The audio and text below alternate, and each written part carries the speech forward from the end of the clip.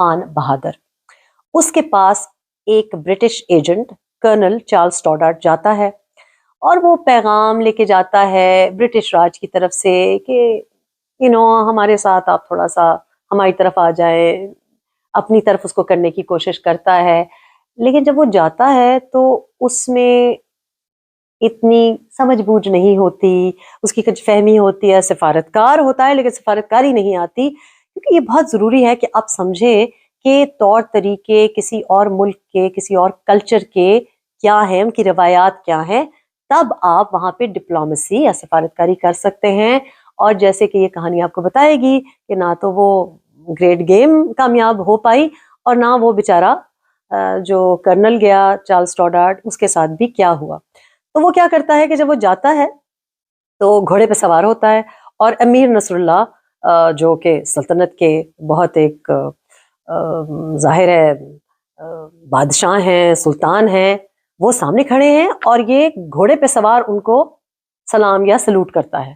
ان کو بڑا برا لگتا ہے کیونکہ روایات یہ تھی کہ آپ اتریں گھوڑے سے, تمیز سے آ کے سلام پیش کریں. امیر کو غصہ بھی آتا ہے, اس کا آلریڈی موڈ آف ہو جاتا ہے. اس کے بعد وہ دیکھتا ہے کہ یہ انگلینڈ سے آیا ہے اور میرے لیے کوئی تحفے تحائف بھی نہیں لے کے آیا, اس کا مزید موڈ خراب ہوتا ہے. اور اس کے بعد ایک دو اور بھی ایسی باتیں ہوتی ہیں جس کی وجہ سے امیر کوئی راضی ہونے کے بجائے اور برہم ہو جاتے ہیں اور اٹھا کے اس بیچارے کرنل چارلس اسٹوڈارٹ کو جیل میں پھینک دیتے ہیں. جیل, زندان, آپ کو پتا ہے ہماری شاعری میں بھی زندان کا جو کانسیپٹ ہے وہ بہت کلیئرلی ایکسپلینڈ ہے, لیکن اس زمانے میں زندان ایسی جگہ ہوتی تھی جہاں آپ کے اوپر چوہے, جسم کو کھانے والے کیڑے مکوڑے پھینکے جاتے تھے, بچھو پھینکے جاتے تھے, یعنی تکلیف میں آپ کو رکھا جاتا تھا. بڑے مہینوں وہ بیچارہ وہاں پہ رہتا ہے اور آخر میں کبھی موڈ اچھا ہوتا ہے امیر کا تو وہ اس کو پیغام بھیجتا ہے کہ اگر تو تم اسلام قبول کرتے ہو, دائرہ اسلام میں آتے ہو, تو میں تمہیں بخش دیتا ہوں. وہ بیچارہ اسلام قبول کر لیتا ہے اور اس کے پاس چوائس نہیں ہوتی کیونکہ آرڈر آیا ہوتا ہے کہ یا تم اسلام قبول کرو یا آف ود یور ہیڈ. تو اینی وے جب وہ اسلام قبول کر لیتا ہے تو اس کو ٹرانسفر کر دیتے ہیں, زندان میں سے باہر نکال لیتے ہیں اور پولیس چیف کے پاس رکھ دیتے ہیں. اتنے عرصے میں یہ دوسرا برٹش ایجنٹ جس نے وہ خط لکھا تھا, کیپٹن آرتھر کارنلی, سوچتا ہے کہ یہ کدھر گیا برٹش ایجنٹ, یہ تو بخارا ہمیں بھیجا تھا. اب برٹش راج کو کوئی ہوش نہیں ہے, پرواہ نہیں ہے کہ وہ کہاں بخارا گیا ہے, لاپتہ ہے. لیکن یہ جو کیپٹن آرتھر کارنلی ہے یہ مذہبی ہے, ایوانجیلیکل پروٹسٹنٹ ہے, تو وہ اپنے طور پہ پہنچ جاتا ہے بخارا. امیر پہلے غصے میں بیٹھا ہوتا ہے کہ یہ کیا ہے, یہ کبھی کوئی برٹش آ جاتا ہے, ایسپیناج کا ان کو ڈر ہوتا ہے, جینون فیئر ہوتا ہے.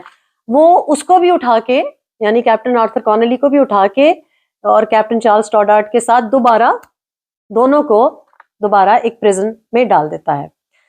اور آخر میں اس کی بس ہو جاتی ہے, اس کا موڈ ٹھیک نہیں ہوتا کہ یہ دوسرا بندہ بھی آیا ہے اور یہ اپنے طور پہ آ گیا ہے. کوئی کوئین وکٹوریا سے خط لایا ہوتا, کوئی آفیشیل کورسپونڈنس ہوئی ہوتی. بہرحال ان دونوں مسکینوں کو ایک وہ کیپٹن آرتھر کارنلی جس نے وہ دا گریٹ گیم کی فریز کوائن کی تھی, وہ گریٹ گیم کی نظر ہو جاتا ہے اور دونوں کو حکم آتا ہے 1843 میں کہ آپ جائیں باہر, سب لوگوں کے سامنے اپنی قبریں خود کھودیں اور پھر دونوں کو ان کے جو سر ہیں تن سے جدا کیے جاتے ہیں.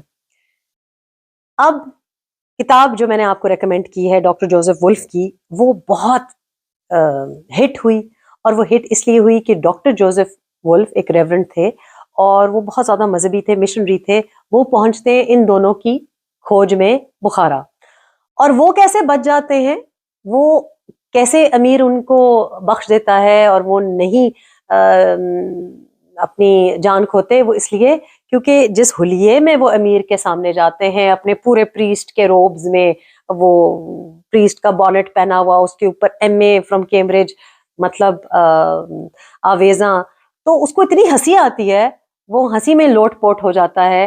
اور اس وجہ سے کہ اس کو وہ مسخرہ نما لگتے ہیں, وہ بچ نکلتے ہیں, اور وہ چونکہ بچ نکلتے ہیں اس لیے ہمارے پاس یہ کتاب ہے. تو کتاب کا نام دوبارہ میں آپ کو بتا دیتی ہوں, narrative of a mission to Bukhara in 1843-1845, اور یہ وہ جو public beheading captain Arthur Conolly اور کرنل چارلس ٹاڈارٹ کی ہوئی، اس کا بھی قصہ ہے، اور بھی ان کے obviously ٹریولز کے قصے ہیں. بڑی ہٹ کتاب تھی. اور اس کے علاوہ جو میں نے خط آپ کو بتایا ہے وہ سدھمیز میں لاسٹ ایئر آکشن ہوا، بڑے سستے داموں میں گیا. اور یہی بات ہے کہ جو بڑے لوگ اسٹریٹجیز بناتے ہیں اس میں بیچارے چھوٹے مسکین لوگ بڑے سستے داموں میں اپنی جانوں سے بھی جاتے ہیں، اور اپنی گڈ ول جو ان کی ہوتی ہے یا کوئی مذہبی خواہش ہوتی ہے اس سے بھی جاتے ہیں. تو تاریخ میں بہت سے اشارے ہیں اسٹریٹجی کے لیے بھی، ڈپلومیسی کے لیے بھی، اور ذاتی اصلاح کے لیے بھی. I hope you liked the vlog. Send us comments اور انشاءاللہ next time with another book and another قصہ کہانی. I'll be back. Take care. اللہ حافظ.